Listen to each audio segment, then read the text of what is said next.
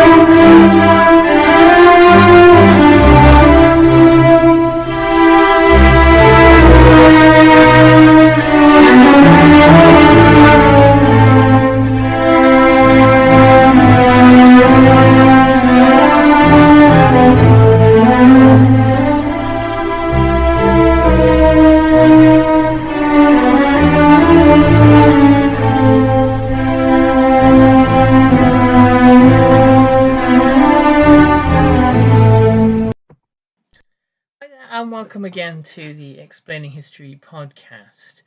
And I wanted to talk a bit today just about kind of the observations that I think there are to be made on moral authority, where that kind of comes from, and where it has kind of exited to. Anyway, I'm not explaining myself very well, but I shall try. It is called an Explaining History podcast after all, so it's incumbent on me to give it a go. If you go back to midway through the First World War, when America joins, and when the Russian Revolution, the first Russian Revolution happens, you wind up with a liberal-ish kind of a temporary provisional government. And you wind up with the exit with the exit of the Tsar, and America joining. A new narrative was able to be spun by the British and the French at that point. Having an autocratic Tsarist Russia on the side never sat very well, particularly with France. This kind of revolutionary republic. Well, it had been at the end of the 18th century anyway. Much of the kind of power structures of reactionary power and privilege had long kind of re-established themselves in France, but if they'd ever really gone anywhere. But having an autocracy was always a kind of an uneasy ally for the French, and Britain obviously had this kind of long-standing antipathy towards Russia throughout the 19th century, mainly to do with the kind of rivalries over in India and South Asia. But the idea that the First World War was some kind of war for freedom, when we were commemorating it in 2014 to 2018, you had the likes of ridiculous figures like Michael Gove saying this was a fight for tyranny over freedom, freedom over tyranny. Sorry, and of course, well, it's not. I mean, and before 1918, 40% of the working class British soldiers that go over the top, they don't have the vote, and so universal suffrage is only agreed in or voted through in March 1918. And and obviously you have a colonial empire, not known for its kind of libertarian tendencies. But we can sort of rebrand the First World War from 1917 onwards as this coalition of moral states. Not to never mind the cruelties of the French colonial empire, or America's violence in the Philippines, or it's the fact that Black American soldiers were segregated, and white officers from the South who knew how to quote unquote handle a Negro were highly sought after. Um, these aren't moral armies. I mean, you have to go a long way to find one, and be very blinkered when you do. But the interesting part about this moment is that, and it's got to do with the development of mass democracy, as this kind of central challenge that kind of elites need to try to contain within the 20th century. And ideas about kind of mass participation in nationhood, and a whole bunch of other stuff, the development of mass medias and narratives around that. The idea that you have to create a moral popular case for war. Prior to that, the idea that the First World War is some moral crusade in 1914 is not really entertained on any side, other than it's a kind of a way of settling a few scores against enemy nations that have been cramping your style and threatening you, and maybe getting even a little bit. The young men who signed up, there is a small percentage of people are attracted to go to recruitment stations because of the treatment of Serbia first and then Belgium. Here in Wales, there is a kind of a bit of a kind of moral argument that small countries, i.e., Wales, that had been under the heel of the oppressor for so long, had a responsibility to ensure the sanctity and safety of good Christians in other places that were being, in small countries, being tormented by invaders. But, that's not a dominant argument. And it's certainly not the sort of thing that the British government is actually saying at the time. There is a lot written in the British press about German barbarism and the demonization of Germans. There are all sorts of caricatures of the Kaiser as a gorilla, which is a kind of almost like a coded racism. There's this kind of black uncivilized thing from Africa that would eat your babies, and look, the Kaiser is just as bad. You can see where a kind of colonial racist mindset is going there. When you get to the aftermath of the First World War, there are, of course, international institutions like the League of Nations that are there notionally to resolve world conflicts, and they're a way of kind of replacing this idea of like the concert of nations, or the concert of Europe, where you have statesmen and monarchs meeting behind closed doors to iron out shady deals and to create alliances and which leads to arms races. And there is a certain spirit of kind of genuine felt kind of morality and fidelity to the League of Nations amongst ordinary people.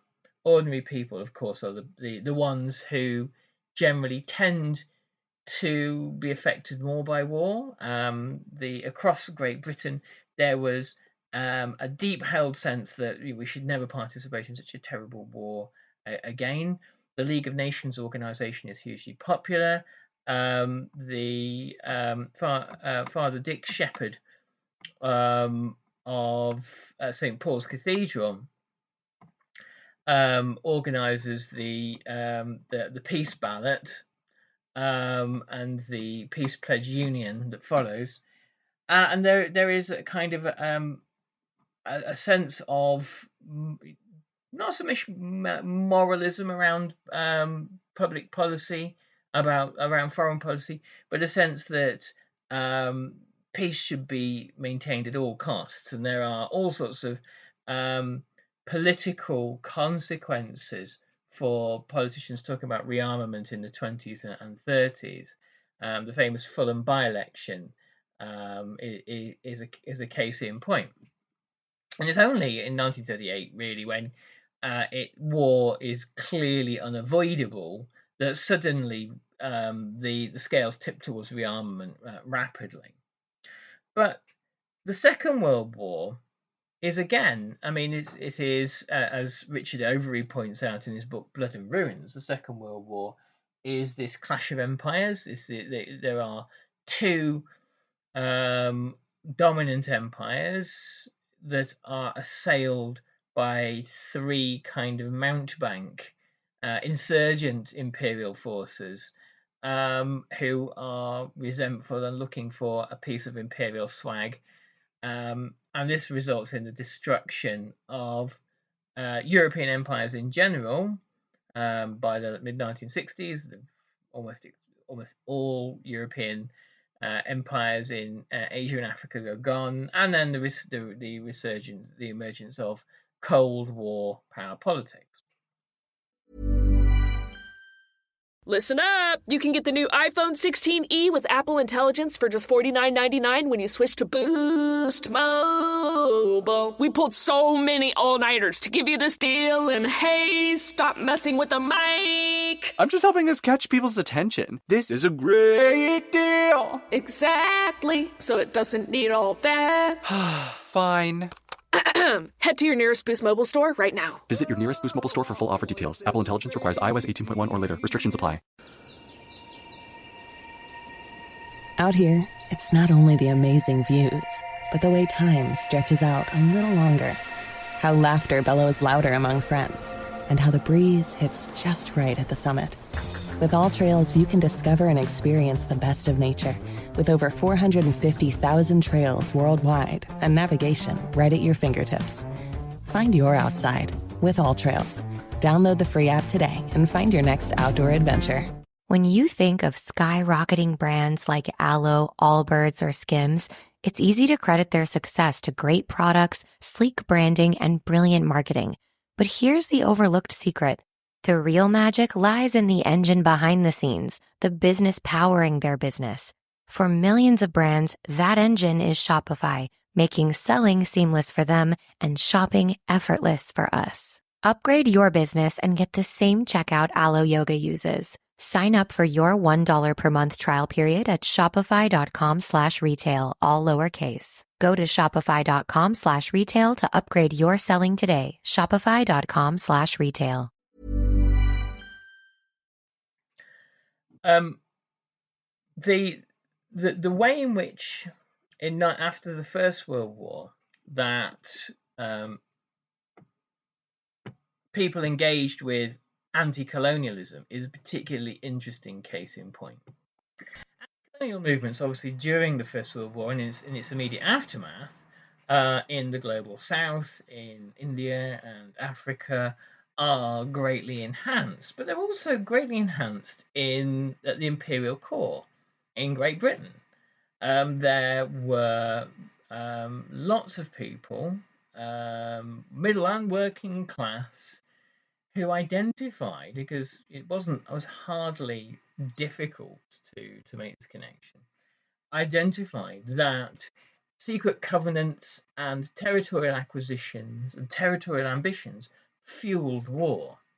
And there was a kind of a popular resentment at the idea that growing empires, growing the British Empire yet further, which was only likely to enrich an investor class, was something that should be a kind of a meaningful war aim.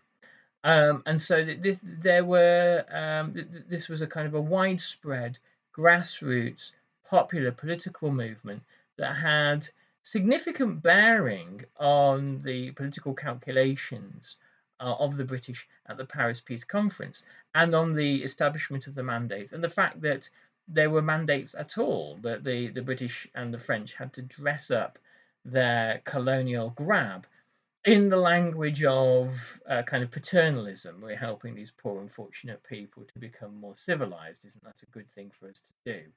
And obviously, this is entirely superficial. The the idea of creating a moral case for war develops during the 1930s. Bertrand Russell talked about the idea that the 20th century would be kind of about what he called creed wars, wars of mass popular ideology, be it communism or fascism or the defense of democracy. And he was right in a way, in that um, the conflict, one of the defining conflicts of the 20th century between fascism and its enemies within, and also the enemy without, which is Soviet Russia, is only possible through mass participation, through mass indoctrination, and mass engagement. And there are plenty of people when Operation Barbarossa is announced. Plenty of people in Germany who, after 2 years of war, are still thinking, "Well, come on, let's get this over and done with. Then we're now finally getting onto the real threat. Let's do this." Plenty more people think this will not end well. But the extent of anti-communist indoctrination in Germany is really very, very, very strong. And the way in which during the 1930s the British press and state talked about what it was defending and the reasons for future conflict was, again, it comes down to this question of civilization. Civilization is defined as the British Empire, which is the good empire. The empire where the imperial subjects are notionally treated well, they accept their inferior status, but they are kind of raised to be good imperial subjects and happy imperial subjects, and so on and so forth. All this kind of stuff that the empires tell themselves. Probably the imperial propagandists don't really quite believe, but they come out with it anyway. And so the great threat to civilization is Nazism, and the polling, the opinion polls, and the kind of all the other means of gauging public opinion in the 1930s suggested that British people were, by and large, less worried by the Soviet Union. They thought the Soviet Union was perhaps not ideal, but certainly in no way as monstrous as Nazism. And this is right from the get-go. So by the time you get to 1939, the anxieties over future war, which is what the vast majority of British people don't want to experience, having had within living memory experience of the First World War, is trumped by an acceptance that it's on the way, it's unavoidable, and also an acceptance that Britain has to win it in the interests of kind of civilization itself. Obviously, there are far more cynical reasons that Britain's elites want to fight the war. And that's a kind of a different conversation. But the idea of the moral war, the war for civilization, is a very modern and very, very recent kind of incarnation, and also the war not just for civilization but for even more abstract kind of ideas like freedom. And that again, and this is articulated. There's that famous Norman Rockwell painting of the four freedoms in America, to kind of present the American public with this kind of abstraction, with like an image of that kind of helps to sort of navigate this abstraction, of what the war is all about: the freedom from tyranny, freedom of conscience, freedom of speech, and freedom from something else I can't remember. So in the post-war era, obviously kind of the Cold War era, once again, the way in which the Soviet Union is portrayed with some degree of accuracy, again lends the Allied powers, the victorious Allied powers, the British and the Americans, with a kind of a unifying vision of freedom, and kind of a moral code, for future conflict, and sort of also just kind of rearmament and that kind of thing, that we are having to vigilantly defend this thing we call democracy that hasn't actually existed in Britain in its fullest form for very long at all, since 1928. So paradoxically, during this time, as we know, Britain, France, America, and other notionally first world free countries ally themselves with some of the most repressive and brutal figures of the 20th century. And they, during the Second World War, this happened, and the British particularly had to make allies with all sorts of kind of unfortunate regimes, shall we say, in order to prevent them from falling into the hands of into the orbit of the Germans. But in the post-war era, the moral arguments that the Western world has been able to portray have slowly crumbled. I mean, the Vietnam War, and every kind of colonial conflict in the Third World ever since, that has essentially been based around the kind of the destruction of Third World national liberation movements, which presented a kind of like an existential threat to American empire. The McDonald's Snack Wrap is back. You brought it back. Ranch Snack Wrap. Spicy Snack Wrap. You broke the internet. For a snack. Snack Wrap is back. Ba-da-ba-ba-ba. Out here, we feel things. The sore calves that lead to epic views, the cool waterfall mist during a hot hike, and the breeze that hits just right at the summit. But hey, don't just listen to us. Experience it for yourself. All Trails makes it easy to discover the best of the outdoors, with more than 450,000 trails around the world, points of interest along the trail, and offline maps for always-on navigation. Download the free app today and find your next outdoor adventure. That has been one of the great kind of efforts of propaganda of the post-war era, to kind of triangulate long enough to present what is essentially a kind of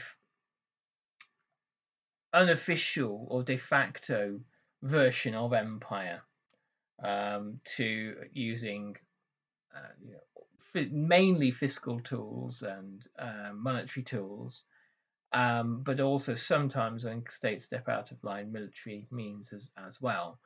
to hold together a version of the world where there is an imperial core of Europe and America, a huge swathe of permanently impoverished and subjugated poorer countries that are controlled through debt, through covert political action, governments being overthrown when they step out of line, see kind of Mossadegh, for example.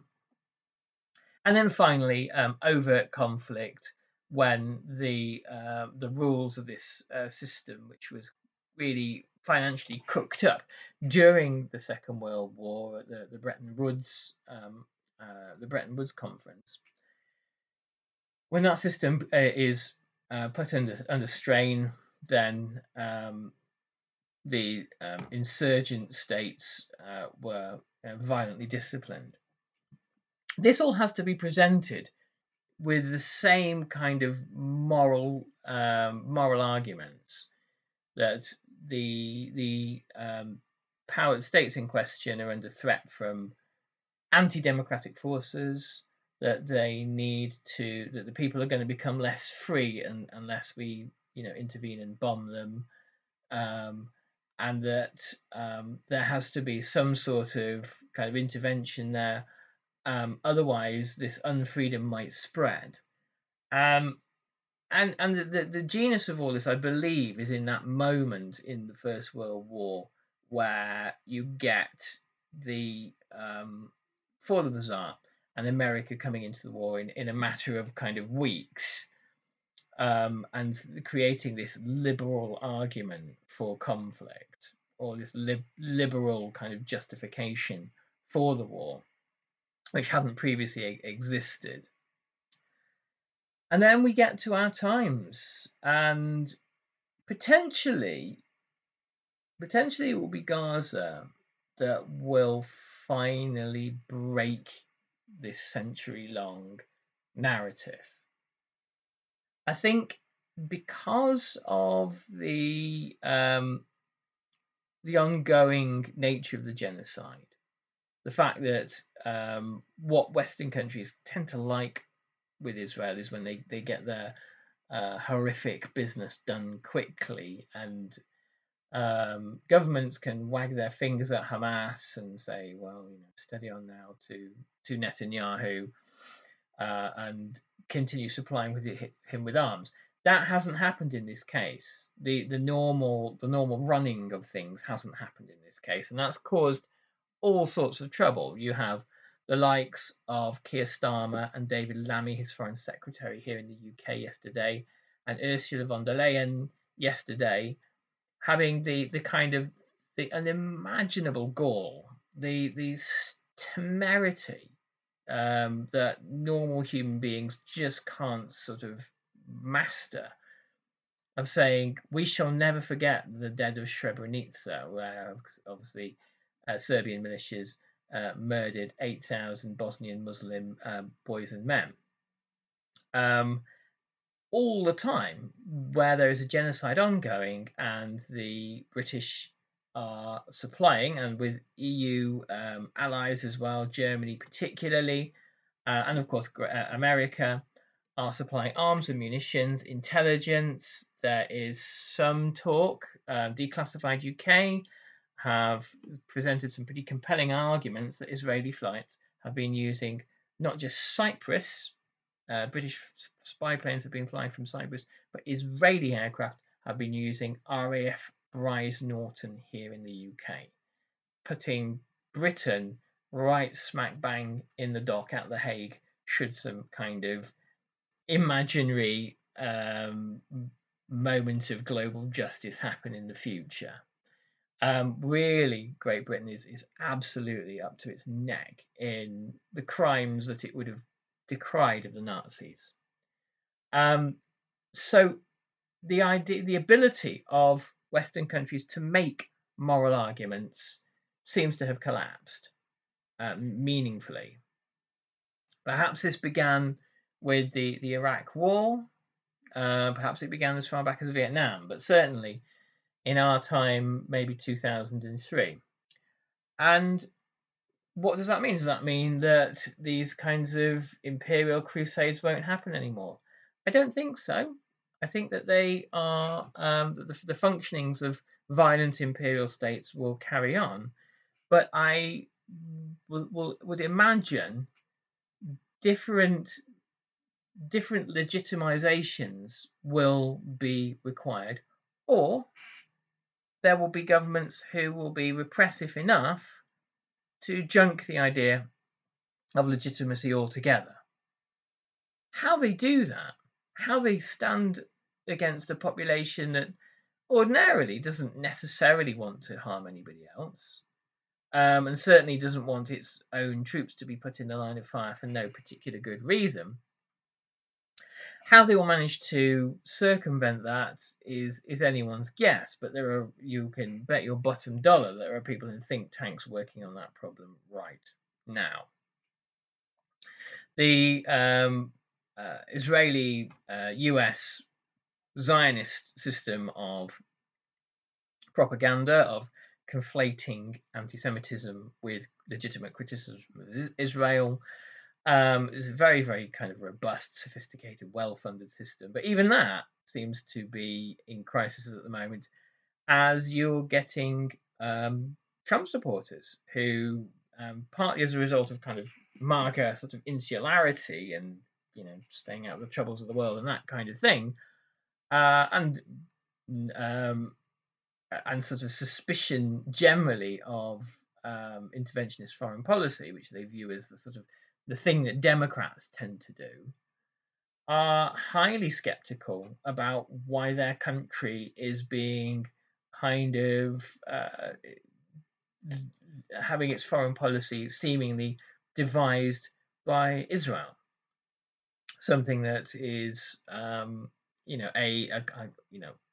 mystery to all of us. So, morality, which is played, and the idea of public morality, of right and wrong, of justice and injustice, of freedom and unfreedom, that has shaped discourses around warfare in the 20th century, is in a moment of transition right now, and a moment of crisis, and perhaps a moment of redundancy, but we shall see. Anyway, thanks for listening, and I'll catch you on the next Explaining History podcast. All the best. Bye-bye.